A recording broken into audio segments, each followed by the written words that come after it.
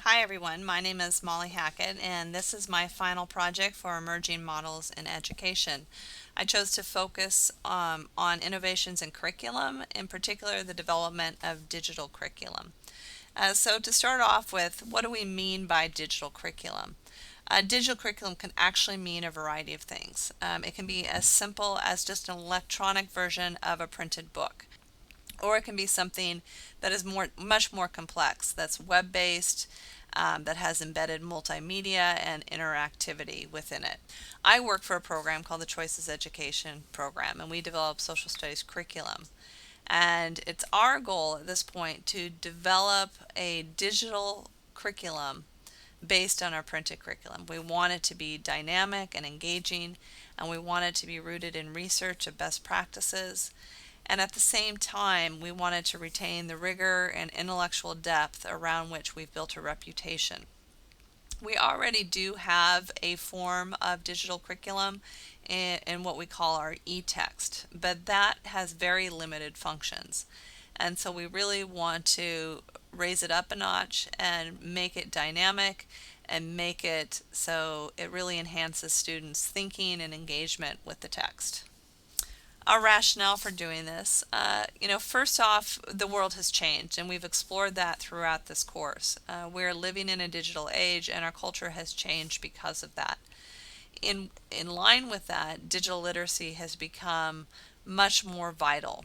We need our students to be able to be digitally literate to engage in our society, our economy, and to be engaged with the democratic institutions of this country.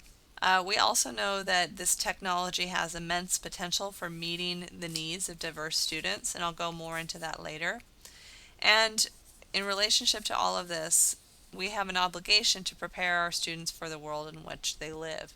We must make learning authentic, and we believe that digital curriculum makes it much more aligned with the world in which they live and function. Let me tell you a little bit more about our program as I proceed. The Choices Education program comes out of Brown University, and we've been in existence for over 20 years. We currently have 36 curriculum units in publication, focused on both current policy issues as well as historical turning points. Each unit engages students in a rigorous investigation around either a current contested issue or a historical contested issue. They usually focus around international issues or foreign policy issues. And our mission really is to empower young people with the skills, knowledge, and participatory habits to become engaged citizens.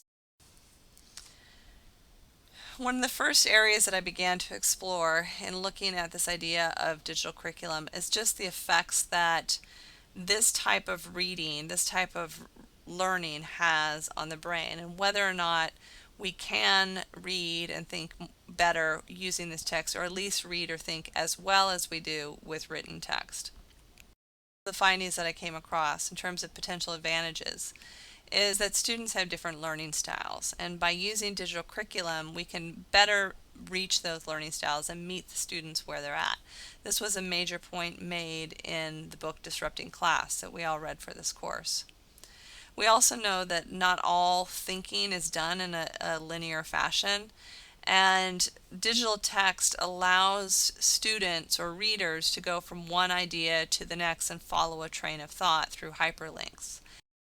Another important finding is that we know that struggling readers don't always monitor their comprehension. There are many readers who will just read and keep reading and never stop to kind of assess whether or not they're understanding what it is that they're reading.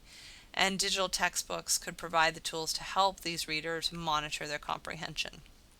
On the negative side, there was an interesting blog posted in the New York Times a while ago looking at the effects of reading e-text on the brain. And the most cautionary note had to do with the ability to concentrate while reading online text, and and the distractions that come with reading online. I think we all probably know firsthand how easy it is to get distracted when you're reading a text online. You know, an email comes in, you check that email, you go on to another task, and before you know it, you lose track of what it is that you're reading. And so that seems to be the biggest negative with this format of reading. There also is evidence to show that people read a little slower online, but they say that it's changing as people become accustomed to it. In terms of the marketplace, we see a lot of different forces that point to this being a viable market or a good time to enter into this market. First off, on the policy level, we see states such as California and Texas passing legislation allowing school districts to replace printed text with digital text. And so that's one positive push on the state level. On the federal level, we also see a strong push towards innovations. And this is seen through the Investing in Innovations Fund that was recently passed. And while this does not directly address digital curriculum, we do see the government saying that they want school districts and educational programs to seek out new and innovative things that are working. And so it gives them that leeway to try different things. We also see the emergence of a digital culture, especially with young people. I mean, this is how our students grow up, is online. And even our teachers they're younger, and this is the culture in which they've grown up in. And those teachers are going to be more apt to turn to digital solutions as they enter into the classroom. Additionally, we see this tremendous growth of mobile digital tools, in particular the iPad. I read that over 3 million iPads sold in the first 80 days since its release. And lastly, we've seen the growth of online education in the K through 12 world. And digital curriculum is an ideal platform for this type of learning environment. There are a lot of pros to developing digital curriculum that we've examined. The first one being that we're able to meet our students where they're at. I mean, these are what are being labeled digital natives. And when you provide curriculum in a style and a method that they're used to functioning in, hopefully it will provide greater motivation for them to learn. Secondly, it allows for greater differentiation in instruction, and it also provides for greater support for the learner. You can create scaffolds within the curriculum, you can create different ways of accessing the curriculum, and we think this will enhance students' ability to learn. And lastly, from a more market point of view, it allows our organization to be at the forefront of a developing trend. And we hope that being at the forefront will give us an edge in this market. Now, there's also some negatives that we had to consider. First off, one of the biggest negatives for us is the fact that there continues to be a digital divide, with a technological divide within society. And those students who are the most needy, or those school districts that are the most needy, will be excluded from our curriculum. Second of all, we don't yet know the effects of digital reading and whether or not people are able to read better or learn more with this new format. There's evidence pointing in both directions at this particular time. And lastly, again, from a business point of view, this is a very expensive endeavor, and there's no guarantee of sales or profit. Even with those considerations, we have decided to move forward. So our goal at this point is to create a digital curriculum that, while at the same time maintains the rigor of our current curriculum, is also enhanced with video and audio, with interactive graphics, with scaffolding tools for students, with individualized and optional tools for differentiated learning, and also with embedded assessments. And so what I'm going to do right now is show you a few examples of these features that we hope to include in our digital curriculum. One of the first things that we would like to do to help motivate the students and also to activate their prior knowledge and also establish kind of a schema for learning is to create these introductory videos that really set the stage for what they're about to learn.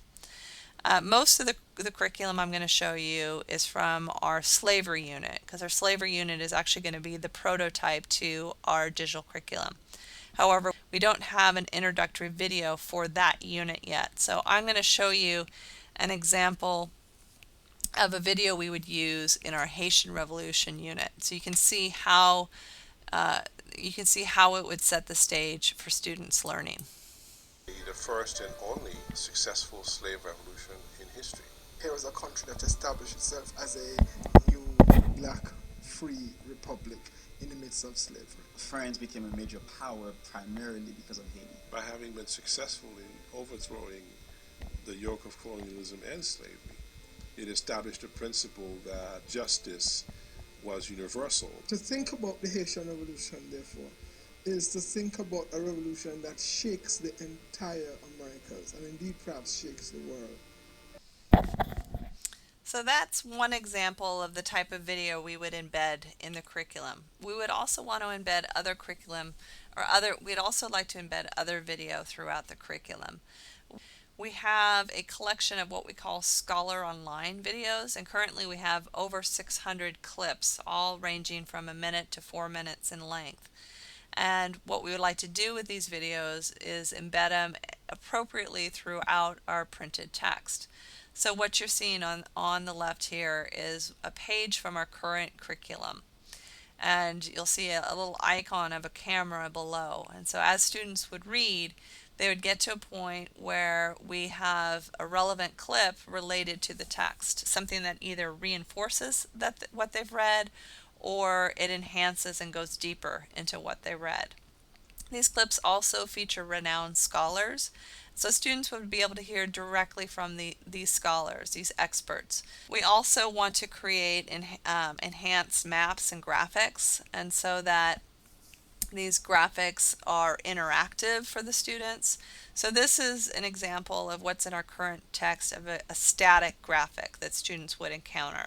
And we would want this graphic to come alive. And so first off, it would be colorful.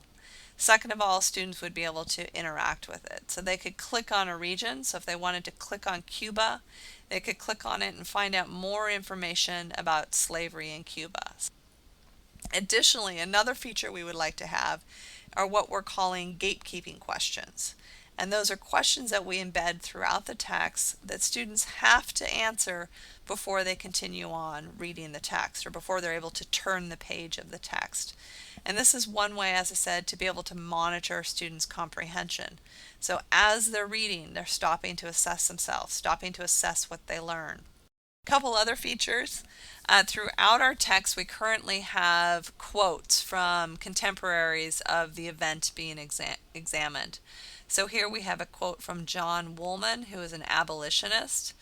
And what we would like to do with these quotes is, again, bring them to life for students. And so we plan on hiring drama students to do dramatic readings of these quotes. And so students could be reading through the text, and when a quote comes up, instead of reading the quote, they can listen to someone reading it in character. Another thing to enhance their understanding and appreciation of this time period and appreciation of who these people are making these quotes, we would like to embed images of them. So here's an example of an image of John Woolman that students, again, could click on and just get a little bit better sense of who this person was.